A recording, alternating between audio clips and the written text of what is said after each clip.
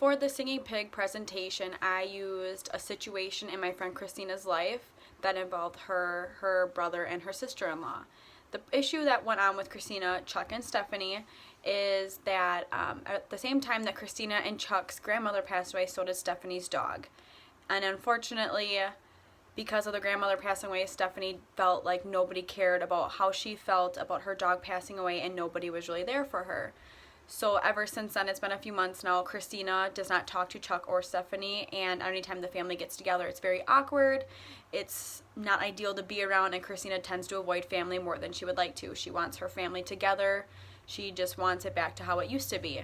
So for her Singing Pig, we decided the method she would use is going to be to meet up with her brother Chuck and tell him that she just wants, like, they're going to have a mutual purpose. The reason why they are here is because they both want their family back together how it used to be.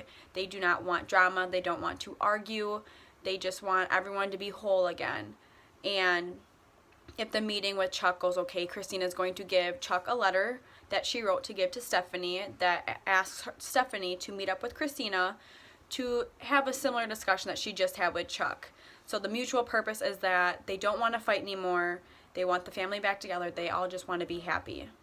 So in order to do that, Christina needs to focus on a few key things, which one of them is being a good listener.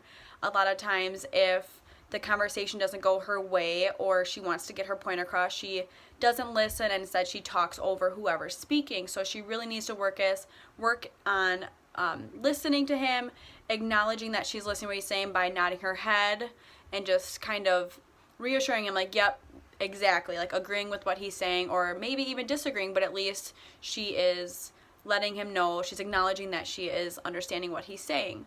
Another thing that she needs to work on, or at least discuss with Charles or Chuck, is that there is a right and a wrong to every situation, and perhaps Christina herself was wrong about how she handled not having any sympathy for Stephanie on her dog passing away. So she is wrong for not being there for her, but at the same time, she was going through something with her own grandmother passing away.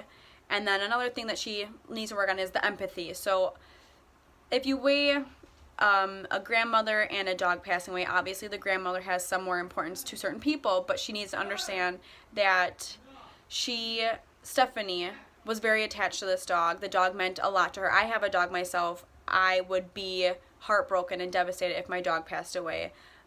So Christina, needs to understand that just because it wasn't Stephanie's grandmother that passed away, she still felt something for the grandmother, but what was going on in Stephanie's heart and her brain was that her dog, one of her best friends, just passed. And even if it might not be that serious to Christina, it was very serious to Stephanie, and she needs to have empathy for her. So just a few things that Christina needs to work on is being a good listener, being open and honest with her communication, not tiptoeing around the subject, just going over what is right and what's wrong, focusing on what's right, trying to work on solutions for what is wrong, and then having empathy for Stephanie.